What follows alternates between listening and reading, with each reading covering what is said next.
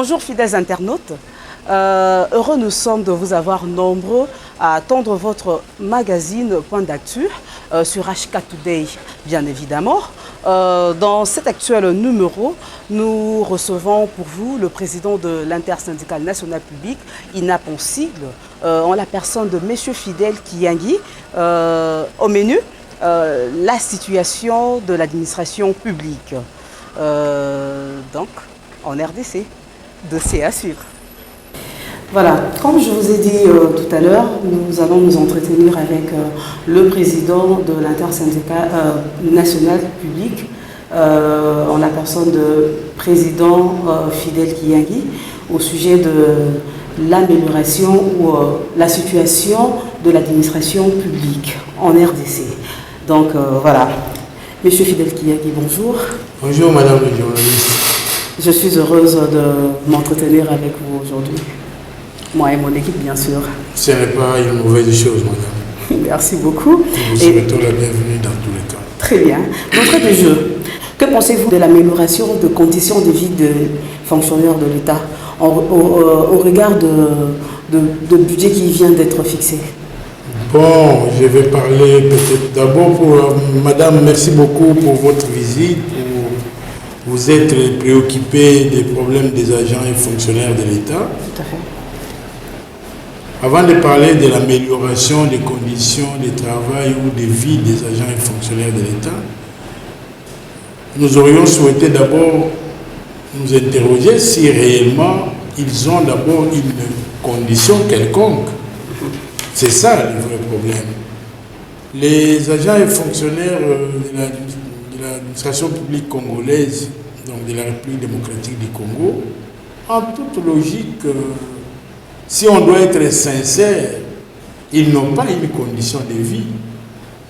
Ils travaillent, ils font ce que nous appelons les prodés, ils travaillent pour Dieu. Mais le gouvernement, lui, ne le prend pas en charge. Nous exigeons, par contre, même pas l'amélioration d'abord, mais la prise en charge des agents et fonctionnaires de l'État. Dès lors qu'ils ne sont pas pris en charge, on ne peut pas parler d'une quelconque amélioration. C'est ce que nous pouvons vous dire. Pourquoi nous le disons? Sur le plan pécunier, ça veut dire ce que nous devons appeler salaire. Les agents et fonctionnaires de l'État n'en ont pas. À côté de salaire, la loi a prévu des indemnités de logement. Les agents et fonctionnaires de l'État congolais n'en ont pas. Pour qu'ils viennent au travail, l'employeur qui est le gouvernement congolais devrait leur donner les indemnités de transport. Malheureusement, ils n'en ont pas. Et pour faire vivre leur famille, il leur faut ce que nous appelons des allocations familiales. Les agents et fonctionnaires de l'État n'en ont pas. Que fait le gouvernement congolais? Les gens vont s'interroger, oh, mais comment est-ce que je suis en train de dire des choses, soit que c'est moi qui n'ai pas la maîtrise? Parce qu'on va vous dire qu'au Congo, il y a une enveloppe pour les rémunérations qui va jusqu'à 430 milliards de francs congolais. Ce qui suppose 215-220 millions de dollars le mois. C'est ce qu'on va vous dire. Mais ces 215 ou 220 millions de dollars qu'on dépense chaque mois pour les rémunérations, c'est de façon globale. Ça veut dire quoi? Là-dedans, vous avez le militaire, vous avez les policiers, vous avez les enseignants, vous avez le magistrat, vous avez tout le monde. L'enveloppe salariale des rémunérations en République démocratique du Congo, c'est 220 milliards, 430 milliards, soit 220 millions de dollars. Mais qu'est-ce que le fonctionnaire a? C'est la grande question, c'est l'inconnu. Donc d'emblée, vous n'êtes pas convaincu de cette administration, c'est-à-dire qu'elle ne contribue pas au développement du pays? L'administration ne peut pas contribuer, madame. Pour que l'administration contribue au développement du pays, il faut que ceux qui travaillent dans cette administration soient d'abord développés. Vous ne pouvez pas développer quelqu'un d'autre sans que vous-même vous soyez développé. Non. On donne à un fonctionnaire une enveloppe brute des l'huissier, les moins payés de l'administration. Il a 95 dollars américains. Ça veut dire, au bas mot, 190 000 francs congolais. Eh bien, 190 000 francs congolais.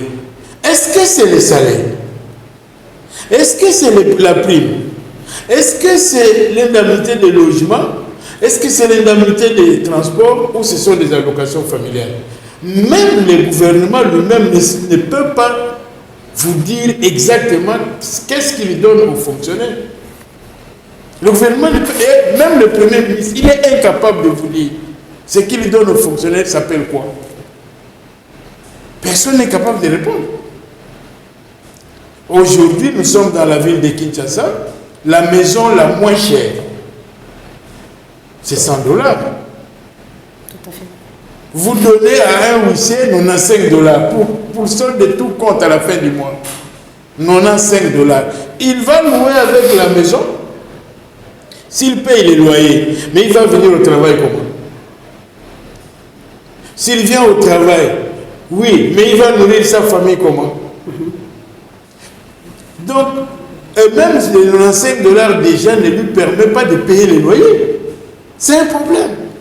Ça veut dire que le problème de l'agent de l'administration publique congolaise mérite un État, des États généraux, hein, pour que l'on puisse se mettre ensemble, qu'on réfléchisse. Est-ce qu'on a besoin de l'administration publique ou on n'en a pas besoin?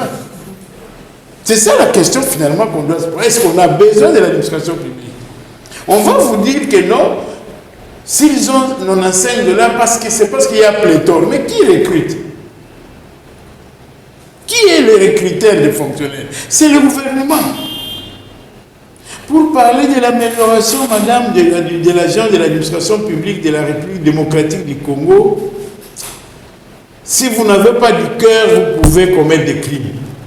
Quand vous voyez dans quelles conditions il travaille, dans quelles conditions l'agent public de l'État vit, vous ne pouvez pas accepter. Vous ne pouvez pas accepter. Et vous dire qu'on lui donne 95 dollars sur lesquels 95 dollars on retient l'impôt. L'impôt, c'est un devoir citoyen. Okay. Chaque citoyen est obligé de payer son impôt. Mais c'est quoi est-ce que je dois payer l'impôt? Parce que la loi qui organise les impôts au Congo dit que sur l'indemnité de logement, il ne faut pas payer l'impôt, on ne peut pas prélever. On ne peut pas aussi prélever l'impôt sur l'indemnité de transport et sur les allocations. Bon, maintenant, ce qu'on donne aux fonctionnaires, sur les 95 dollars, sur lesquels on retient l'impôt et appelle ça salaire. Le gouvernement appelle ça salaire. Mais s'il appelle 95 dollars salaire, pour lui, l'agent vient comment au travail? Posons-nous la question. La loi qui régit les agents et fonctionnaires de l'État, que nous appelons statut portant, le statut des agents de carrière, les services publics de l'État, a prévu ce qui suit. Salaire, prime, indemnité de transport, indemnité de logement, allocation familiale, c'est à charge du gouvernement. Frais funéraires, à charge du gouvernement. Soins médicaux, à charge du gouvernement. Mise à la retraite, les indemnités de fin carrière, à charge du gouvernement. Aujourd'hui, de tout ce que je viens de vous dire là, le gouvernement donne 95 dollars à l'huissier. Ça signifie quoi les 95 dollars? Il doit se faire soigner avec ça parce que le gouvernement ne prend pas les fonctionnaires à charge en ce qui concerne les soins médicaux. Vous imaginez? S'il tombe malade, il doit se faire soigner avec les 95 dollars. Pour venir au travail, il doit payer les transports, il doit prélever ça dans les 95 dollars. Pour payer son loyer, il doit prélever ça dans les 95 $. Pour nourrir ses enfants, il doit prélever ça dans les 95 $. Pour payer les minervales de ses enfants, il doit prélever ça dans les 95 $. Pour habiller ses enfants, c'est dans les 95 $ qu'il doit prélever. Madame, mais moi j'ai toujours dit, je l'ai dit même au vice-premier ministre, ministre de la fonction publique et même au premier ministre, que les fonctionnaires congolais n'existent pas. Mais c'est à ces fonctionnaires-là qui n'ont ni salaire, ni indemnité de transport, ni indemnité de logement, ni allocation familiale, à qui on ne donne pas les soins médicaux. S'il meurt, c'est sa famille qui doit se cotiser pour l'enterrer. D'ailleurs, la preuve, c'est à ces fonctionnaires-là où on impose les codes de bonne conduite. Est-ce que vous comprenez ce que ça signifie, madame? On ne lui donne pas les salaires, on ne lui donne pas l'indemnité de logement, pas d'indemnité de transport, pas des allocations familiales, pas de soins médicaux. Donc, et s'il meurt, c'est sa famille qui l'enterre. Mais à ces fonctionnaires-là, vous lui opposez les codes de bonne conduite. Madame, on doit être sérieux. D'accord, je comprends que... On doit être sérieux. On doit être sérieux. Terriblement. Voilà. Président Fidèle Kiyengi, où on est toujours avec la politique salariale? Madame, c'est peut-être ce qui viendra sauver les agents et fonctionnaires de l'État. C'est depuis 2018, c'est depuis que nous sommes là, en 2013, que nous demandons au gouvernement de convoquer des assises pour que nous puissions mettre en place la politique salariale pour les agents et fonctionnaires de l'État. Ce sont des promesses sur promesses que nous subissons. Jusqu'en 2018, nous avons convenu dans un protocole d'accord qu'on devrait payer à un agent, à l'huissier. Même cela est prévu, non, dans le budget du gouvernement de Marion. C'est faux. C'est faux, madame. Ah bon? C'est faux. Moi, j'ai dit que si les gens pensent que, si le gouvernement pense que c'est avec la tromperie ou la ruse qu'on va gérer les pays, on passe à côté de la plaque. On passe à côté de la plaque, madame. Parce que vous ne pouvez pas... On a convenu en 2018 que l'huissier doit avoir comme salaire de base 200 $. Le protocole d'accord existe. Le gouvernement dit non, je ne saurais pas payer les 200 $ cash, je vais payer ça à 3 tranches. En 2019, l'huissier aura comme salaire de base 100 $. En 2020, on va ajouter 50 $ pour faire 150. Et en 2021, on ajoutera les 50 autres dollars pour que finalement qu'il puisse atteindre 200 $. Madame, nous sommes au mois de septembre finissant. L'huissier a 95 $. Donc même les 100 $ prévus d'être payés en 2019 n'ont jamais été atteints. Imaginez-vous.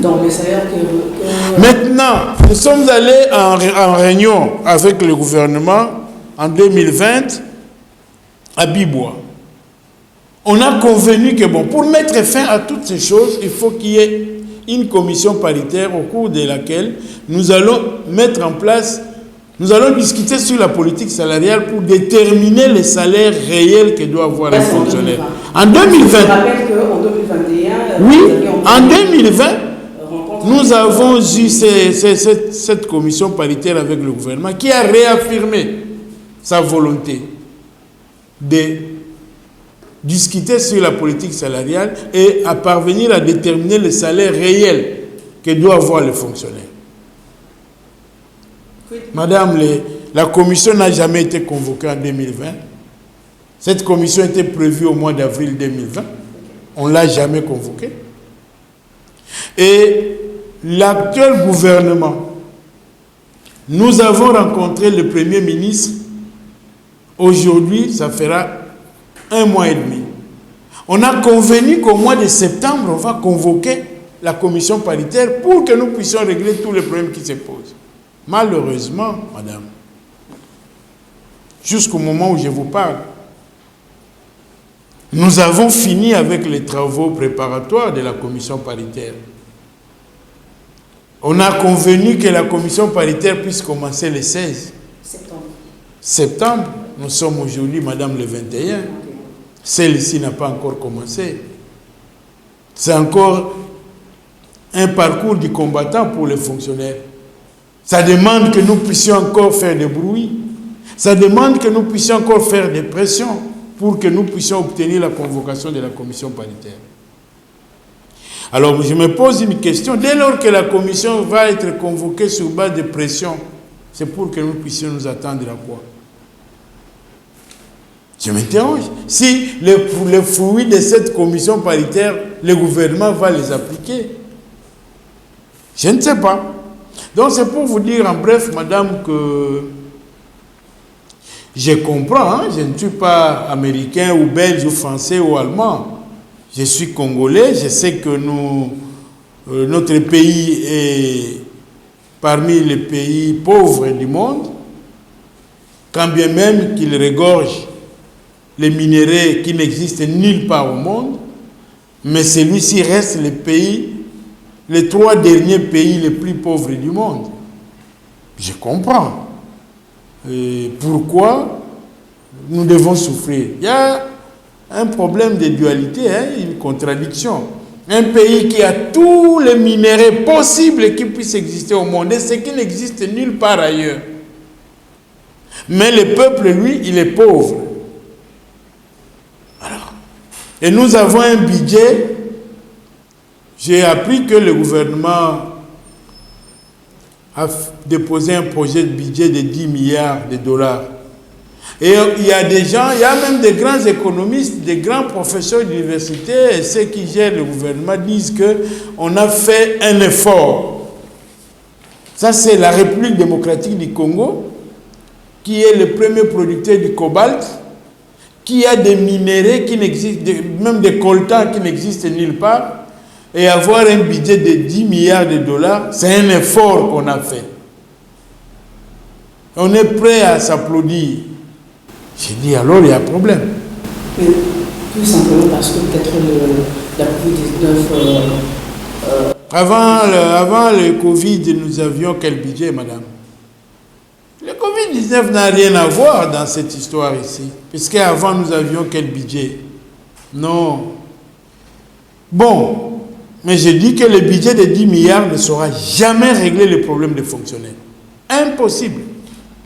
Ça sera des discours creux, des promesses qui ne seront jamais tenues, et les fonctionnaires seront toujours là en train de manifester à gauche, à droite. Si j'ai bien compris avec nos internautes,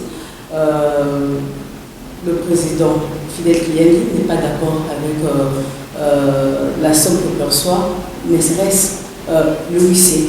C'est-à-dire le huissier. Madame, je ne peux même pas accepter ça. C'est ridicule que vous puissiez donner à quelqu'un 95 $. Moi, j'ai posé la question au Premier ministre qui était en place en 2018. Quel est le budget de votre chien mensuellement? Je lui ai posé la question. Est-ce que vous pouvez me donner le budget de votre chien? Qu'a-t-il répondu? Il m'a dit que je vais dans les extrêmes. J'ai dit non, moi je ne vais pas dans les extrêmes. Je veux savoir quel est le budget de votre chien mensuellement. Si vous donnez à l'huissier 95 $, mais votre chien, quel est son budget mensuellement? C'est ça l'absence de l'amour du pays. C'est au fait, nous avons des dirigeants qui se suffisent eux-mêmes et ils nous demandent de les applaudir. C'est ça la vérité, madame. Vous êtes prêt à mettre chaque jour dans votre voiture le carburant de 100 $ pour que vous puissiez vous déplacer, faire vos courses, mais le fonctionnaire, vous lui donnez 95 $, qui signifie salaire, prime, transport, logement, allocation familiale, soins médicaux, tout y est là-dedans. Mais vous prenez 100 $ chaque jour pour mettre le carburant dans votre voiture. Monsieur Fidel Kiyedi, quel pensez-vous de la retraite des agents à la fin de leur carrière? N'en parlons même pas. Peuvent-ils laisser-moi finir? Madame, ne parlez même pas de la retraite, parce que dans l'administration publique de la République démocratique du Congo, aujourd'hui, nous comptons plus ou moins 400 000 éligibles à la retraite, mais qu'on n'a jamais mis à la retraite. Donc, ils ne peuvent pas compter sur la CENSAP? Non. S'ils cotisent pour que la CENSAP le prenne à charge, il doit être mis à la retraite. Et celui qui doit le mettre à la retraite, c'est le gouvernement. Et le gouvernement ne le met pas à la retraite parce qu'il dit qu'il n'a pas l'argent pour payer les indemnités de sortie. Et qu'est-ce que nous allons faire, madame, maintenant? C'est tromper. C'est-à-dire que nous faisons du surplace, nous racontons les mêmes choses. Chaque jour qui passe, la retraite. Nous nous sommes battus pour que nous puissions quitter de la pension octroyée à la pension contributive. Nous avons mis en place la CENSAP. La CENSAP, son problème, c'est de prendre les fonctionnaires à charge pendant qu'il est mis à la retraite. Donc, pour que la CENSAP te prenne à charge, d'abord, tu dois contribuer. Pour que tu contribues, il faut que tu sois payé. C'est si les 95 000 $ qu'on retire ce qu'on donne, ce que nous cotisons à la CENSAP. C'est toujours si les 95 $. Mais je vous dis que l'administration publique congolaise, les agents du régime général, aujourd'hui peuvent se compter, si je dois exagérer, c'est 1 300 000 agents du régime général. Mais s'il est 1 300 000, il n'y a que 175 000 qui sont payés à ce que les appellent salaire, les 95 $. Là. Il n'y a que 175 000 agents sur 1 300 000 qui touchent ça. Donc les autres là, même s'ils partaient à la retraite, ils n'auront pas droit à être pris en charge par la CENSA parce qu'ils n'auront pas cotisé, ils ne sont pas payés. On trouve toujours les mois. On va vous dire que ce sont les NP, les non payés. Quand on parle de non payés, ce sont des agents qui sont régulièrement admis sous statut, qui sont des fonctionnaires qui travaillent mais qui ne sont pas payés. Et ceux-là, ils se comptent aujourd'hui, vous pouvez les compter jusqu'à 1 million. Qui viennent au travail, mais qui ne sont pas payés. Voilà. Chers internautes, nous sommes en plein débat avec le président Fidel Kiyedi, qui est l'intersyndicale nationale publique, ici en République démocratique du Congo. Voilà, avec qui nous débattons sur les échanges de la situation ou la condition de vie des agents et fonctionnaires de l'État. Voilà. Monsieur Fidel Kiyedi, quelles sont les recommandations que vous pouvez adresser à l'endroit du gouvernement? À l'endroit du gouvernement pour une amélioration de tension. Le gouvernement, que désirez-vous en tant que le gouvernement, tout ce que nous lui demandons, nous demandons au gouvernement, c'est de respecter les statuts. Les statuts, c'est une loi, c'est une ordonnance signée par le président de la République. Nous demandons que les statuts portant les statuts des agents de carrière des services publics de l'État soient respectés. Ça veut dire que tout ce que les statuts prévoient pour que les fonctionnaires travaillent dans des conditions qu'il faut, que le gouvernement puisse lui mettre ça à sa disposition. C'est ça la vérité. Parce que dans les statuts, vous avez les obligations et vous avez les devoirs de part et d'autre. Nous, agents, nous avons des obligations. Et nous avons des droits. Mais qu'est-ce que le gouvernement fait? Le gouvernement voit en nous seulement les obligations. Mais nos droits, ce n'est pas son affaire. D'accord. Pour chuter, En parlant de droits et devoirs, c'est-à-dire le devoir, c'est le devoir du gouvernement et le droit. Même moi, agent, j'ai le devoir. Voilà. Mon devoir, c'est de venir travailler. C'est d'arriver au travail à temps. Voilà. Je dois faire mon travail tel que convenu. Vous êtes quand même informé que vous êtes très mal accusé. Vous êtes très mal vu dehors. C'est-à-dire que vous ne travaillez pas comme il faut. C'est-à-dire, je parle de l'agent de l'État, un fonctionnaire. Oui. C'est-à-dire que vous ne rendez pas le travail comme il faut. Mais comment il va le rendre, madame? Comment est-ce qu'on peut demander aux fonctionnaires? Non, mais d'abord, attendez, madame. Je dois travailler à X endroit. J'habite Bibois. Je suis agent à la fonction publique aux actifs. Je dois quitter Bibois pour arriver au travail, pour que je puisse remplir mon devoir. Mais le transport pour que je quitte Bibois jusqu'à mon lieu de travail, qui doit me donner? Je dois aller chercher chez mon père, ma mère, dans ma famille. Pour venir faire le travail du gouvernement congolais, il faut que ma famille me donne l'argent. Pour que je vienne au travail. Non. Le gouvernement ne me donne pas l'indemnité de transport. Moi, je vais venir au travail comment? C'est vrai que la population qui juge mal les fonctionnaires ne connaît pas la vérité. Elle ne connaît pas la vérité. Les jours maintenant là, ceux qui vont nous suivre vont comprendre que les fonctionnaires ne peuvent pas donner, ne peuvent pas remplir leurs devoirs. Ils vont les remplir comment? Bon, il n'a pas le transport pour arriver à son lieu de travail. Comment il va travailler? Il va travailler chez lui à la maison. De deux. Pour qu'il vienne au travail, il vient d'où? Il vient de son village. Parce qu'il n'a pas l'indemnité de logement. Bon, il vient d'où pour qu'il vienne travailler? Parce que vous voulez qu'il puisse remplir son devoir. Mais pour remplir son devoir, il doit partir de quelque part. Il part d'où? Posez la question au gouvernement. Les fonctionnaires qui viennent travailler viennent d'où? Ils dorment où? Nulle part.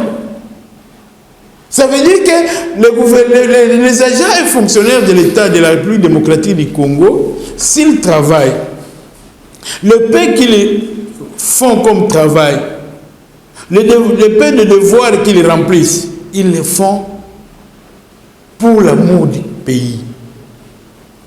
C'est pour l'amour du pays qu'ils font le paix là qu'ils font.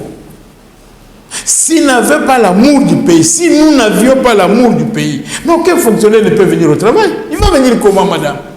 Il dort où et il va venir comment au travail?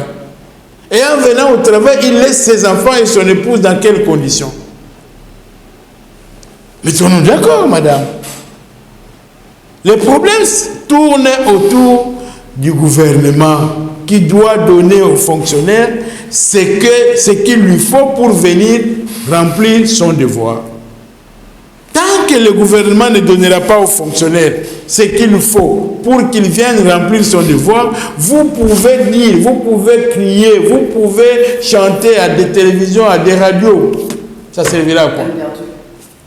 Peine perdue, madame. Ce n'est pas seulement au niveau des fonctionnaires. Allez dans des tribunaux à l'intérieur du pays, vous ne trouverez aucun magistrat. Il va aller faire quoi à l'intérieur dès lors qu'il n'a pas ce qu'il faut pour qu'il vive? Le mal est profond. On doit se mettre ensemble, réfléchir comment nous devons remettre les choses en marche, qu'est-ce qu'il nous faut pour que le Congo répare. Mais quand on veut se réunir, quand il y a des débats, quand il y a des réflexions pour faire fonctionner le pays, pour réfléchir sur comment le pays, qu'est-ce qu'on doit faire pour que le pays puisse prendre un élan, on s'appelle entre eux les politiciens. Ça devient quelque chose de monnayable. Vous devez aller implorer, non, nous devons être là. Est-ce que vraiment nous, on nous a prévu?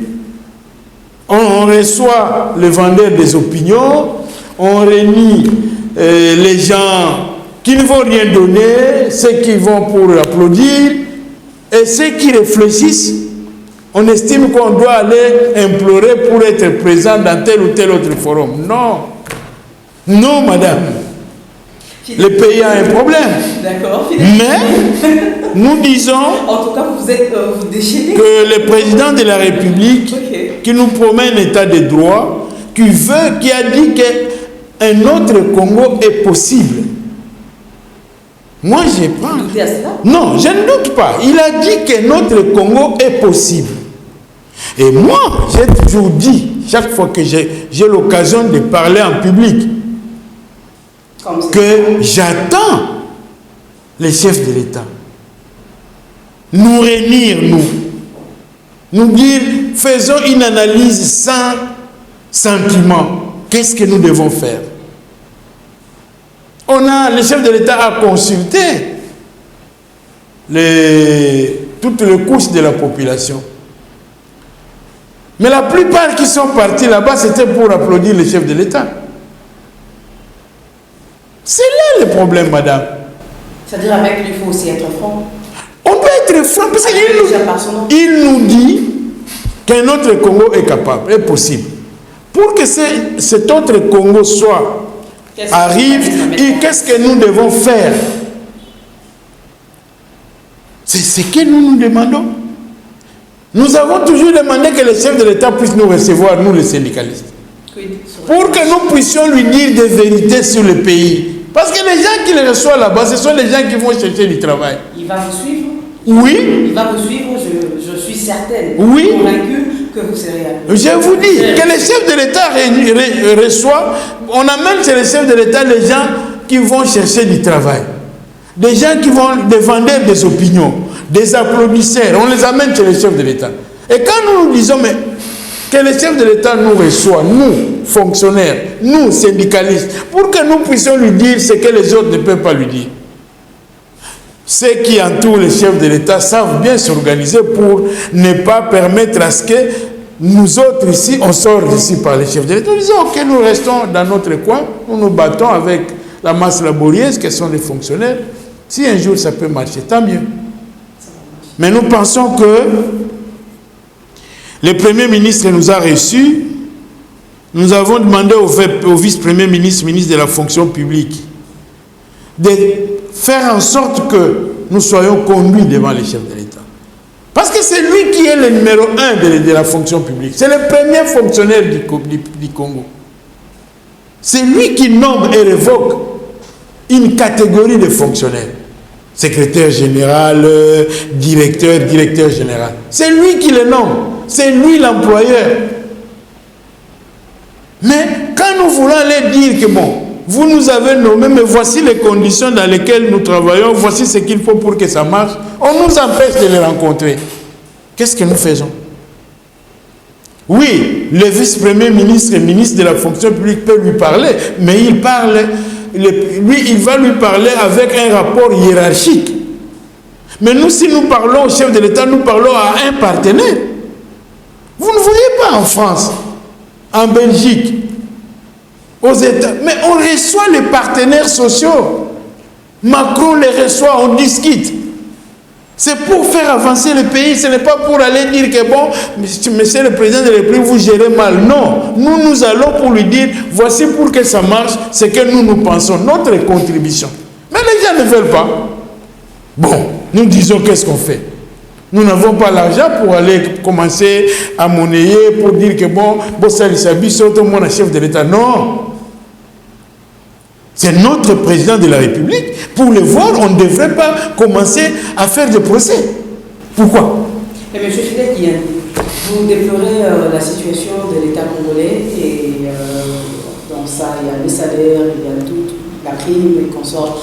Mais vous êtes sans doute conscient qu'il y a certains fonctionnaires qui ont des budgets. Qui ont des primes? Des budgets. Des maisons construites en gros. Il y en a. Mais c'est avec quel argent? Il y en a. C'est comme ça que je vous ai dit, madame, que nous soutenons les chefs de l'État.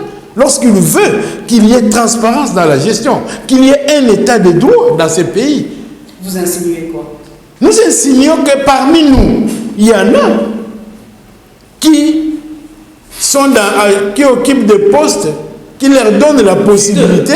Non, qui leur donne, moi je n'appelle pas ça des postes JT, des postes qui leur donnent la possibilité de mal gérer et de dire il faut ça la nyonso pour que je puisse garder ce que demain on va me faire partir. Je dois profiter. C'est l'argent de l'État. Et moi, je ne les condamne pas eux seulement. Moi, je dis, madame, le jour où le chef de l'État nous donnera l'occasion de les rencontrer, nous allons lui dire les choses. Le problème, ce n'est pas seulement celui qui dit que l'État n'a pas. Ce n'est pas ça seulement le problème. Mais même cette maman-là, qui sort avec de l'eau de sa parcelle et vient déverser ça sur la rue, pour dire que ça balabale à l'État, il n'est pas différent de celui qui vole l'argent. C'est ça la vérité, madame. Vous prenez l'eau dans votre parcelle, vous venez avec sur la rue, vous déversez pour dire que bon, oh, ils ont balabala à l'État. Vous nettoyez votre parcelle, vous prenez les immondices, vous venez avec sur la rue, vous jetez. Vous dites non, ils ont balabala à l'État. Mais tu n'es pas différent de celui qui dit bon, moi je prends l'argent parce qu'ils ont bon à l'État. Qu'est-ce que nous faisons à ce moment-là? Voilà. Donc le problème est que nous pensons qu'un jour le Congo vivra autrement. Nous soutenons la philosophie, la vision du chef de l'État. Nous pensons que tout ce que nous disons à travers les médias, il nous suit. Et nous sommes là, le jour où il voudra bien, le jour où il jugera utile de nous recevoir, nous irons vers lui pour lui parler de ce que nous pensons pour que l'administration publique marche. Parce que jusque maintenant, l'administration publique congolaise ne marche pas. Voilà. Tout le monde qui vient dit la même chose.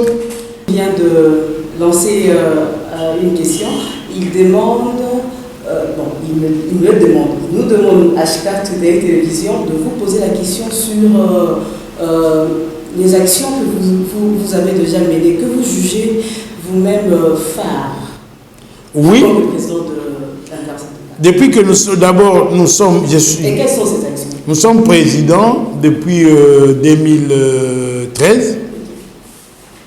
Les agents et fonctionnaires de l'État étaient gérés par un texte qui datait de 1981, qu'on appelait la loi, le statut. Or, ce texte-là de 1981 était en contradiction avec la Constitution actuelle. Était en contradiction avec ce que vit le Congo aujourd'hui. Parce que, comme vous le savez, en 1981, il y avait les impairs parti unique, il y avait des comités centrales, il y avait. Et nous, quand nous sommes devenus présidents de l'INAP, la première des choses que nous avons fait, c'est d'obtenir un nouveau texte qui devra régir les agents et fonctionnaires de l'État. Et nous l'avons obtenu. Ce n'était pas facilement sur un plateau d'or qu'on nous a donné ça, madame. Vous pouvez demander au président de l'Assemblée, au Béminako. Ça n'a pas été facile. C'est au cours d'une session extraordinaire. On était obligé de convoquer une session extraordinaire à l'Assemblée pour que cette loi-là soit analysée et votée par les députés. Et en 2016, la loi a été promulguée par le président de l'époque.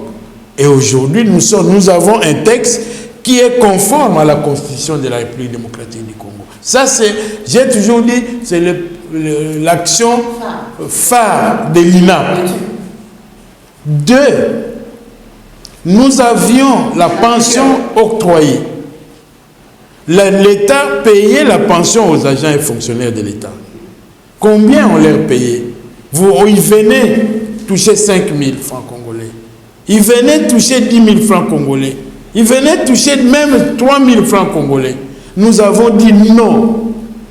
On ne va pas continuer avec la pension octroyée. Nous voulons qu'on puisse mettre en place une pension contributive où les fonctionnaires, même si ce qu'on nous donne c'est peu, nous acceptons de commencer à contribuer. Et que l'État aussi donne sa quotité en tant qu'employeur. Ce n'est pas dit que c'est l'argent de l'État, non. Il donne ça en tant qu'employeur conformément aux normes internationales. Et il y a aujourd'hui la Caisse nationale de sécurité sociale des agents publics de l'État, qu'on appelle la CENSA. C'est nous qui avons fait que cette caisse puisse être là. Les agents qui sont partis à la retraite sous le régime de la CENSAP, vous pouvez les approcher. Ils n'ont plus 10 000, ils n'ont plus 5 000. Les secrétaires, c'est que nous appelons les émérites, les gens qui ont travaillé comme secrétaires généraux et qui sont partis à la retraite, nous les appelons les émérites. Chaque fin du mois, ils ont au moins 1 700 000 francs congolais. Pour moi, pour nous, l'INAP, c'est ça la fierté. Vous les voir vivre décemment, même s'ils ont passé des moments de vie difficiles tout en étant agents, mais pendant la retraite, nous pensons qu'avec 1 700 000 en République démocratique du Congo, vous pouvez, tant soit peu, vivre. Ils peuvent s'acheter un sac de riz, ils peuvent s'acheter du café, du sucre, du lait, ainsi de suite. Ça, c'est la deuxième action. Troisième action, madame. Oui, peut-être que les gens pensent que nous parlons pour parler. Non, non, non, non, non. Il y avait dans l'administration publique plus ou moins 1 million de NU, de nouvelles unités sans matricule ou quoi que ce soit en République démocratique du Congo. En 2018, nous nous sommes battus, nous avons poussé le gouvernement à faire en sorte qu'on ne puisse plus parler de phénomène NU. Et on a régularisé plus ou moins 750 000 agents publics de l'État. Mais c'est comme si l'appellation demeure. L'appellation demeure parce que le gouvernement ne veut pas mettre en place des mécanismes qui puissent mettre fin au recrutement des NI. Parce que pour recruter un fonctionnaire, ce n'est pas n'importe qui doit le recruter. Mais malheureusement, c'est ça que nous nous retrouvons.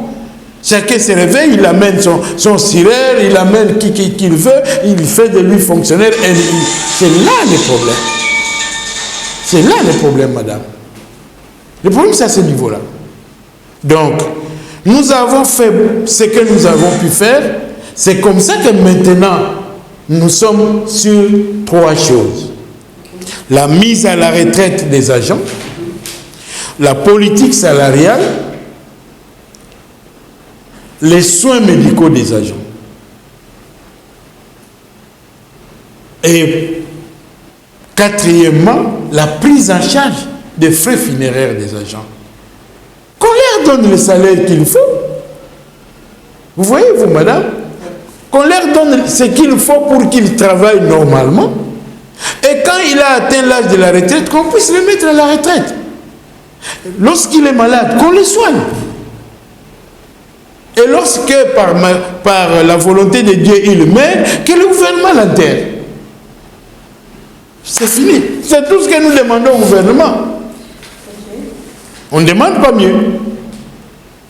Nous nous battons.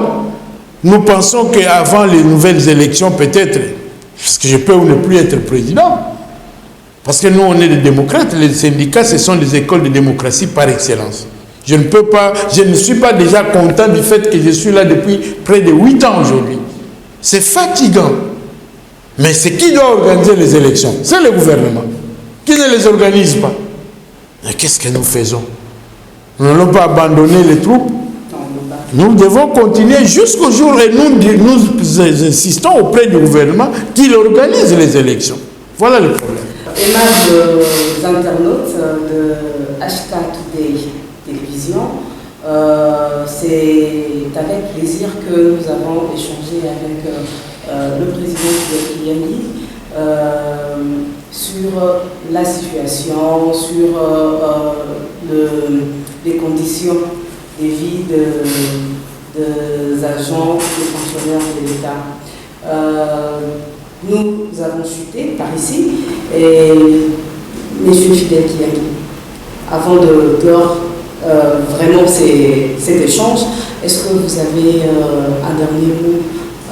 Vous pouvez profiter de notre caméra pour vous adresser à la présidence de la République, parce que vous savez suivre.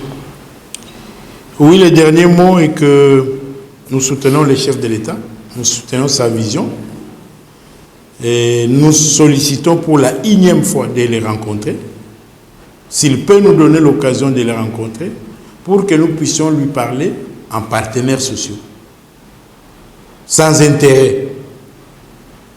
Et aux agents et fonctionnaires de l'État, nous leur demandons de rester sereins, de continuer à travailler pour notre pays dans nos conditions, avec les maigres salaires entre guillemets, Si nous suivons les salaires, nous n'allons pas travailler pour notre pays.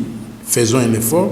Et au gouvernement, nous demandons que la commission paritaire soit convoquée comme convenu pour que nous puissions mettre en place une politique salariale et que nous puissions répondre, nous puissions trouver des réponses aux problèmes que pose l'administration publique afin que le pays soit bien servi. Voilà ce que doit être notre dernier mot. Nous n'avons pas besoin d'un syndicalisme de biceps, des criards, des injures. Nous voulons un partenariat, un syndicalisme de dialogue. Nous plaçons le dialogue social au milieu, au centre de nos préoccupations, au centre de notre activité. C'est ça qui nous intéresse.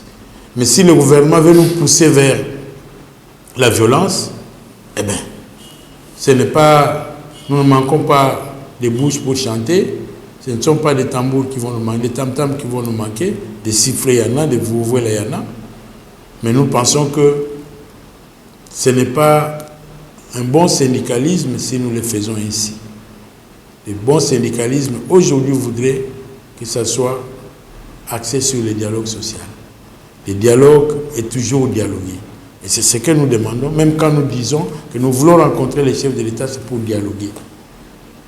Et le partenariat, aujourd'hui, doit être win-win, comme disent les Anglais. Gagnant-gagnant. Ça ne sert à rien, sinon pourquoi je suis syndicaliste si je ne dois rien faire pour les fonctionnaires. Donc nous demandons au gouvernement, au président de la République et à tout le monde, tous ceux qui ont des charges, de penser aux agents et fonctionnaires de l'État, au respect du statut des agents de carrière des services publics de l'État. Nous pensons que de cette façon-là, nous serons utiles pour le pays et nous aiderons le pays à s'envoler et nous aiderons les chefs de l'État à réaliser sa vision. Pas des fanatiques au chef de l'État, autour du chef de l'État. Parce que ceux qui sont des fanatiques, chacun vient chercher ce qu'il travaille, chacun vient pour trouver 10 francs. Dans l'entretemps, on dit au chef de l'État autre chose que la réalité qu'il y a sur le terrain. D'accord. Voilà ce que nous avons conclu, mais il y a un internaute qui... Voilà. Monsieur Fidèle Kiyangui, nous vous disons merci d'avoir accepté notre invitation, c'est-à-dire venir parler sur nos antennes ou vous adresser à nos internautes de partout. Je suis sûre et certaine que nous aurons les résultats escomptés d'ici peu. Et surtout que vous êtes suivis de partout et en particulier à la présidence. Donc voilà un peu... Merci beaucoup, madame. Si le chef de l'État nous suit, nous sommes derrière lui, mais à une seule condition, que lui gagne, que vous gagnez aussi. que les fonctionnaires aussi gagnent. Parce que la réussite des fonctionnaires, c'est le pays. Sa réussite à lui, c'est toujours le pays. Donc nous pensons qu'il va nous suivre et qu'il fera en sorte qu'il puisse nous recevoir, afin que nous puissions lui dire des choses, nous, qui ne demandons rien. Nous n'irons pas demander le poste, nommez-moi, non, si vous me conjoyebi, Taraboye, non, c'est pas pour ça que moi j'irai le voir. Moi j'irai le voir pour lui dire, voici ce qu'il faut pour que ça marche dans l'administration publique. Tout est bien qui finit bien. C'est ainsi que nous mettons un terme dans notre entretien qui a valu son pesant d'or. Je rappelle que nous avons eu comme invité M. Fidèle Kiyangui, qui est le président de l'intersyndicale nationale publique, INAP en sigle. Avec qui nous avons échangé sur la situation de l'administration en République démocratique du Congo. Je suis convaincu que vous êtes satisfait des sujets qui ont été balayés et traités sur scène. Qu'est-ce que je vous dis déjà ? Donc,